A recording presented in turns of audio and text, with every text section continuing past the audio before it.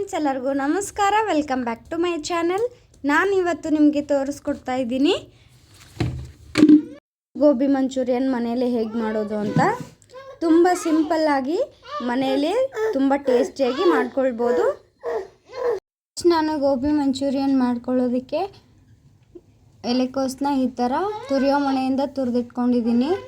2 ಚಿಕ್ಕ ಸೈಜ್ದು ಈರುಳ್ಳಿನ ಈ ಥರ ಚಿಕ್ಕದಾಗಿ ಕಟ್ ಮಾಡಿ ಇಟ್ಕೊಂಡಿದ್ದೀನಿ. 1 ಟೇಬಲ್ ಸ್ಪೂನು ಶುಂಠಿ ಬೆಳ್ಳುಳ್ಳಿ ಪೇಸ್ಟ್ ಹಾಕ್ಕೊಳ್ತಾ ಇದ್ದೀನಿ. 1 ಟೇಬಲ್ ಸ್ಪೂನು ಅಚ್ಚ ಖಾರದ ಪುಡಿ, ರುಚಿಗೆ ತಕ್ಕಷ್ಟು ಉಪ್ಪು. ನಾನು 2 ಟೇಬಲ್ ಸ್ಪೂನ್ ಕಾರ್ನ್ಫ್ಲವರ್ನ ಹಾಕ್ಕೊಳ್ತಾ ಇದ್ದೀನಿ. 4 ಟೇಬಲ್ ಸ್ಪೂನು ಮೈದಾ ಹಿಟ್ಟನ್ನ ಹಾಕ್ಕೊಳ್ತಾ ಇದ್ದೀನಿ. ಮೈದಾದಕ್ಕಿಂತ ಕಾರ್ನ್ಫ್ಲವರ್ ಸ್ವಲ್ಪ ಕಡಿಮೆ ಇರಬೇಕು, ಮೈದಾ ಹೆಚ್ಚಿಗೆ ಇರಬೇಕು. ಹಾಕ್ಕೊಂಡು ಚೆನ್ನಾಗಿ ಮಿಕ್ಸ್ ಮಾಡ್ಕೊಳ್ತಾ ಇದ್ದೀನಿ.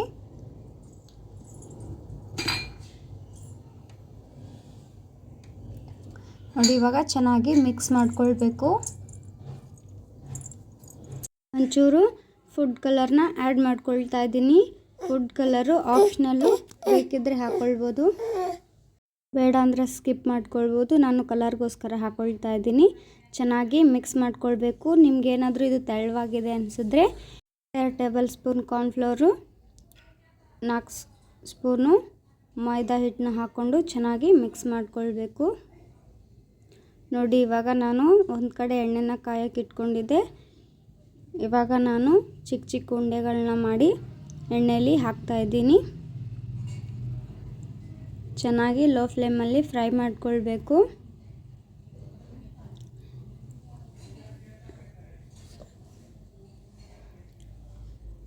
ಈ ಥರ ಚೆನ್ನಾಗಿ ಫ್ರೈ ಮಾಡ್ಕೊಳ್ಬೇಕು.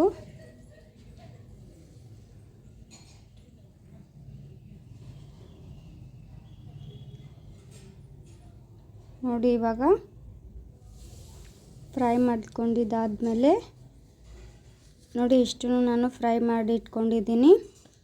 ಇವಾಗ ನೆಕ್ಸ್ಟು ಅದೇ ಕಡಾಯಿಗೆ ಒಂದು ಸ್ವಲ್ಪ ಎಣ್ಣೆ ಹಾಕ್ಕೊಂಡು ಒಂದು ಈರುಳ್ಳಿನ ಚಿಕ್ಕ ಚಿಕ್ಕದಾಗಿ ಕಟ್ ಮಾಡಿ ಹಾಕ್ಕೊಂಡಿದ್ದೀನಿ.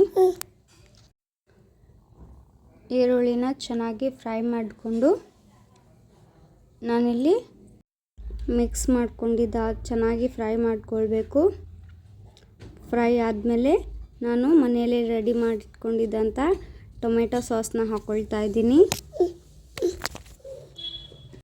ನಾನು ಟೊಮೆಟೊ, ಮೆಣಸಿನ್ಕಾಯಿ ಎಲ್ಲನೂ ಹಾಕ್ಕೊಂಡು ಸಾಸ್ನ ಮೊದಲೇ ರೆಡಿ ಮಾಡಿ ಇಟ್ಕೊಂಡಿದ್ದೆ. ಇವಾಗ ಹಾಕ್ಕೊಂಡು ಚೆನ್ನಾಗಿ ಮಿಕ್ಸ್ ಮಾಡ್ಕೊಳ್ತಾ ಇದ್ದೀನಿ. ಇನ್ನೊಂಚೂರು ರುಚಿಗೆ ತಕ್ಕಷ್ಟು ಉಪ್ಪನ್ನ ಹಾಕ್ಕೊಳ್ತಾ ಇದ್ದೀನಿ. ಹಾಕ್ಕೊಂಡು ಚೆನ್ನಾಗಿ ಮಿಕ್ಸ್ ಮಾಡ್ಕೊಂಡಿದ್ದಾದಮೇಲೆ ಎಣ್ಣೆಯಲ್ಲಿ ಕರೆದಿಟ್ಕೊಂಡಿದ್ದಂಥ ಗೋಬಿನ ಹಾಕ್ಕೊಳ್ತಾ ಇದ್ದೀನಿ. ಗೋಬಿನೂ ಹಾಕ್ಕೊಂಡು ಚೆನ್ನಾಗಿ ಮಿಕ್ಸ್ ಮಾಡ್ಕೊಳ್ತಾ ಇದ್ದೀನಿ. ಮಿಕ್ಸ್ ಮಾಡ್ಕೊಂಡಿದ್ದಾದಮೇಲೆ ಲಾಸ್ಟಿಗೆ ಒಂಚೂರು ಕೊತ್ತಂಬರಿನ ಹಾಕ್ಕೊಳ್ತಾ ಇದ್ದೀನಿ. ಚೆನ್ನಾಗಿ ಮಿಕ್ಸ್ ಮಾಡ್ಕೊಂಡಿದ್ದಾದಮೇಲೆ ಇವಾಗ ನಾನು ಪ್ಲೇಟ್ಗೆ ಸರ್ವ್ ಮಾಡಿ ಇಟ್ಕೊಂಡಿದ್ದೀನಿ. ನೋಡಿ, ಕಲರ್ ಎಷ್ಟು ಚೆನ್ನಾಗಿ ಬಂದಿದೆ ಅಂತ.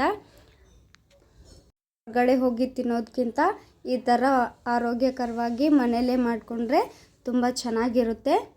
ನೋಡಿದ್ರಲ್ವಾ, ಸಿಂಪಲ್ಲಾಗಿ ಗೋಬಿ ಮಂಚೂರಿನ ಮನೆಯಲ್ಲಿ ಹೇಗೆ ಮಾಡ್ಕೊಳ್ಳೋದು ಅಂತ. ನನ್ನ ವಿಡಿಯೋ ಇಷ್ಟ ಆಗಿದ್ದರೆ ಲೈಕ್ ಮಾಡಿ, ಶೇರ್ ಮಾಡಿ, ನನ್ನ ಚಾನಲ್ಗೆ ಸಬ್ಸ್ಕ್ರೈಬ್ ಮಾಡಿ. Thank you.